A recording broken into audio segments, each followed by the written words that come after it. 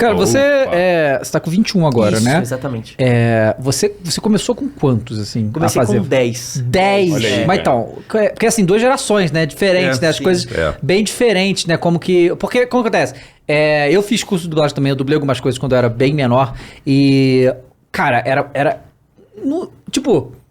Eu tava inserido no meio de teatro, eu conheci umas pessoas que me falaram de um curso, porque não era algo que dava pra você descobrir, sabe? Hoje em dia não, né? Hoje em dia tem muito mais. E como que foi pra você? Seus pais te levaram? Eles viram alguma coisa? Foi isso mesmo. É que assim, a minha mãe até brinca que hoje, toda vez que a gente vai em algum lugar, ela fala assim, ó, ele me demitiu. Porque hoje em dia eu que cuido das minhas coisas. Se fosse, sei lá, 6 anos atrás, ela provavelmente estaria aqui com a gente, porque ela ia ter que me acompanhar, ia vir junto. Então, quando eu era menor, eu sempre fiz teatro, era muito agitado, minha mãe colocou no teatro pra eu dar uma soltada. E eu gostei muito, cara. Então, fazia teste pra comercial, fazia Você era muito agitado, é isso? Era muito agitado. E ela pôs pra acalmar ou pra soltar mais ainda? Pra acalmar. e Porque tem funcionava. isso, né? Tem isso. Eu fiz teatro e o David também sabe que é assim, né? Tem gente que faz pra se soltar, porque é Sim, muito travado, sim. ou tem gente que é muito solto e faz pra travar um pouco. Sim, o meu Né? foi pra... Não sei se pra travar, mas, por exemplo, pra gastar energia em algum lugar. Isso. Ah, boa, Exatamente, boa. sabe? E aí, por causa disso, a gente acaba conhecendo, né, colega, e aí tem outras crianças que hoje em dia também são atores, já fizeram um monte de coisa. Nessa época fazia teatro comigo, e aí mãe conversa com mãe, falaram do curso de dublagem. Aí eu fui fazer o curso de dublagem, comecei a fazer, e esse colega, que é filho dessa mulher que falou com a minha mãe, inclusive ele não terminou o curso. Ele foi fazer um trabalho grande depois, que não era de dublagem, era um trabalho de aparecendo, e aí ele não terminou o curso. E aí eu fiz o curso, terminei. Aí é o que acontece, a minha família passou por uma fase muito difícil, cara. Tipo assim, a gente perdeu tudo que a gente tinha, todo o dinheiro, perdeu o apartamento. Aí eu lembro que um dia, cara, eu saí do colégio assim, aí veio pros meus pais e falei, mano, a gente tinha acabado de almoçar, eu falei assim, pra onde a gente vai agora? Aí meu pai falou, olhou com uma cara de tipo, não sei, tá ligado? Aí a gente entrou no carro e foi pra Bahia, que é um lugar onde ele mora hoje. Ele tava morando numa pousada lá, porque ele tava começando uma empresa. Hoje em dia ele tem essa empresa lá. Legal. E aí, cara, tava todo mundo muito triste, todo mundo muito mal, né? Minha mãe quase entrando em depressão, que sei lá o quê. E eu era muito pequeno, não entendi o que tava acontecendo, e eu descontava muito na comida, cara. Foi a época, tipo, que eu, mano, cheguei assim, sobrepeso total, porque eu era criança, confuso, não sabia o que tava acontecendo. E aí que o papel dos videogames foi muito importante. Não sei se vocês lembram do Lunia, da Level Up Games. Joguei muito Lunia nessa época. Level Up muito importante no Brasil, Nossa, joguei né? muito Lunia, assim. Lunia foi, mano, meu refúgio nessa época. Então, ou eu jogava videogame, ou eu tava comendo alguma coisa porque eu tava confuso, não entendi o que tava acontecendo. E aí, cara, antes de viajar, eu tinha feito uns testes, eu e meu irmão, que ele também é dublador, a gente tinha feito uns testes. E aí ligaram, falando que a gente tinha passado nos testes. Só que, cara, a gente não tinha nem perspectiva de voltar, como voltar. Tava no meio do ano letivo do colégio. E aí, tipo assim, já era, acabou, não fez. Só que isso ficou coçando na cabeça da minha mãe. Aí ela falou assim, se eles passaram nesse teste, pode ser que tenha alguma coisa pra gente lá. Vamos buscar. A gente esperou acabar o ano letivo e foi viajar de novo pra São Paulo nas férias. Pra tentar a sorte aí nos 3 meses. E, cara, ficamos num hotelzinho pequeno aqui em São Paulo e foi rolando, né? As primeiras vezes foram difíceis, porque no começo estava dublando pouco, então tinha que ficar achando outras fontes pra continuar aqui. E foi dando certo, cara. Porque eu entrei numa época muito boa, né? Hoje em dia, eu digo, até como você falou, que não dava pra saber, não dava pra conhecer, com podcasts como esse, canais gigantescos de dubladores, hoje em dia a dublagem é muito mais conhecida, você tem muito mais acesso de como é feito, informação, bastidores. Mas na minha época tinha isso, mas não tanto. E aí o que acontece? Hoje, como tem todas essas informações, quando precisa de criança nova, mano, eles vão atrás de criança de musical, que toca 15 instrumentos, dança 3 estilos de dança, pula, faz pirueta, interpreta. Versatilidade, então, né? Mano, gigantesca, assim. Essas crianças são impressionantes, assim, são incríveis. Principalmente meninos, que a voz começa aguda e fica grave. E foi meu caso. Eu entrei numa época boa, porque tava tendo uma série de meninos, garotos, que estavam mudando de voz. E eles estavam precisando de crianças. Então... Na verdade, desculpe, garotos. Garotos. E aí... eu fui fazendo uma coisa aqui, fazendo outra ali, né? E tem muitos dubladores que trabalham no estúdio, trabalham em outro estúdio. E aí, eu preciso de uma criança que tem esse programa que tem 12 crianças. Eu já coloquei 6 crianças que eu conheço e eu não sei mais criança. Tenta tal pessoa. Não, mas não dá, a voz já mudou, tem que ser uma criança mais aguda ainda. Tem esse menino que acabou de entrar, tá fazendo aí e tal. Então, comecei fazendo umas pontinhas e tal. E Legal. coisas pequenas e assim foi indo, cara. E aí eu fui melhorando. E aí comecei a dublar outras coisas. Então foi mais ou menos assim a trajetória. E um dos medos que eu tinha, cara, acho que eu nunca falei isso em lugar nenhum, nem pro Ricardo, assim. Mas não é nada demais. Um dos medos que eu tinha, cara, é porque assim, como eu falei, quando eu era criança, me chamavam, claro, tinha essa coisa de eu conseguir fazer, né, e tudo mais. Claro. Assim, eu conseguia fazer, tinha feito teatro. Mas também tinha essa coisa do tipo, como eu falei, pô, precisa dessa criança. Então já existia essa facilidade de tipo, não tinha tantas pessoas com o timbre de voz que eu tinha naquela época, né? Tinha da mudança. E um dos medos que eu tinha, cara, que o decorrer da minha voz foi mudando, eu ficava com muito medo de tipo, será que eu vou conseguir alcançar esses tipo, profissionais? São excelentes, né? Esses profissionais, né? Eu ficava com medo de chegar nesse ato de começar a não ter mais tantos papéis, porque a minha voz mudou e aí eu tinha que focar muito mais na interpretação, não ia ter essa coisa de precisarem tanto de mim porque eu era a única criança, já que ia ter várias pessoas com o meu timbre. E aí, cara, eu entrei numas de estudar pra caramba, assim, pra caralho, assim, eu estudava muito, e aí ainda bem, acho que isso que me permitiu essa mentalidade. Pra você mesmo, a sua voz engrossando, você conseguia fazer a voz mais aguda? Não? Pra conseguir pegar papéis mais complicados de fazer. Entendi. Papéis mais complexos, mais complexos, exatamente. Porque, como eu falei, nessa época tinha eu de criança e mais algumas outras. Agora, na mesma tom de voz grave que eu teria dali a alguns anos, ia ter muito mais. Então, eu precisava estar no mesmo nível desses profissionais. E aí comecei a estudar muito. E isso me ajudou bastante. Inclusive, eu falei isso no evento, cara. Essa dificuldade de dublar o God of War Ragnarok, as emoções do Atreus, né, e tudo mais, e as cenas difíceis que tem, veio no momento certo, cara. No momento certo, assim, acho que eu tava preparado pra fazer. Se fosse uns 2 anos antes, ia ficar um trabalho legal, ia ficar bom, mas eu acho que não ia ficar, tipo, nossa, assim... orgulhoso, eu acho que eu não ia olhar e falar, caralho, fiquei orgulhoso do meu próprio trabalho.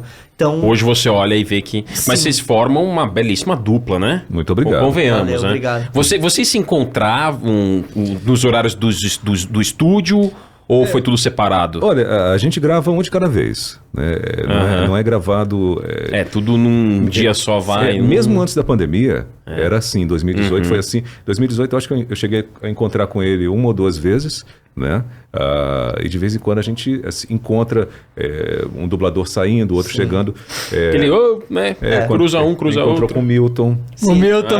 Eu vou contar essa história. Mas assim, em 2018, ele foi um bom pai, tanto dentro da história quanto fora, viu? O Ricardo, ele foi assistir uma peça que eu tava fazendo na época, me deu, Funko, né? Os branquinhos Funko do Atreus, me deu uma camisa do God of War, me deu o jogo também. Incentivou, influenciou você com o produto. É que assim, o God of War Ragnarok, ele foi todo gravado durante a pandemia? Foi, né? A gente foi começou a ainda. gravar quando, mais ou menos? Setembro, cara, outubro? Setembro. Olha, pra você ver quanto tempo. Um tempão, né? Mas de 2020 isso ou 2021? 2021. Mas já tava 2021. melhor, até porque foi tudo presencial, né? Tudo presencial. Foi presencial. Porque assim, a gente fala do dublagem realmente assim, eu já falei isso, mas eu repito aqui porque eu já falei isso pro Ricardo, mas por coisa não.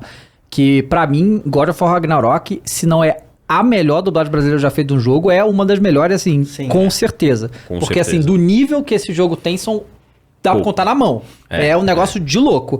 Eu queria até aproveitar aqui, tem aqui nós dois, vão vir outros dubladores do elenco do Ragnarok. Nós tivemos um diretor excelente. Em todos os jogos do God of War, sempre teve uma equipe excelente. E nesse tem o Arthur, que é o nosso diretor, que foi muito meticuloso. Então, às vezes, ele falava sempre extremamente educado e gentil. Olha, desculpe, você já gritou 5, 6 vezes. Não é isso. Eu quero mais visceral. Eu quero mais sangue nos olhos. Ou essa cena, eu quero mais emocional. Você está um pouquinho... Tá um pouquinho morno, tá um pouquinho blasé, eu quero mais e tal. E o resultado é esse aí que vocês viram. O diretor é extremamente importante, fundamental, né? Que assim, tudo quanto é filme a gente vê, e assim, por exemplo, quando é o Oscar, né? A categoria que vem antes de melhor filme é melhor diretor. Porque assim, a importância do diretor pra qualquer obra é muito grande, porque ele que passa... Porque, tipo assim, quem tem a visão de como o troço tem que ser é ele. Isso. E os atores têm que fazer o que ele quer. Se ele estiver errado no que ele tá propondo, fica horrível. Sim. Né? Então é muito importante. E, cara, a palavra dele é a final. Claro. Então, tipo assim... isso acontece, né, na dublagem, tá? O diretor, ele é a palavra final. Então, muitas vezes...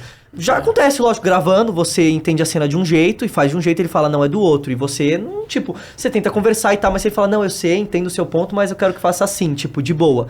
Você faz, porque é o que você falou, a palavra final. Então é muito importante mesmo que ele tenha boas escolhas, como o Arthur teve. Eu lembro no The Last of Us 1, que o Troy Baker, ele tem ele fala sobre isso, né? Ele faz o Joel Troy Baker, e ele fala que ele faz uma cena lá com, sei lá, uma cena bem dramática.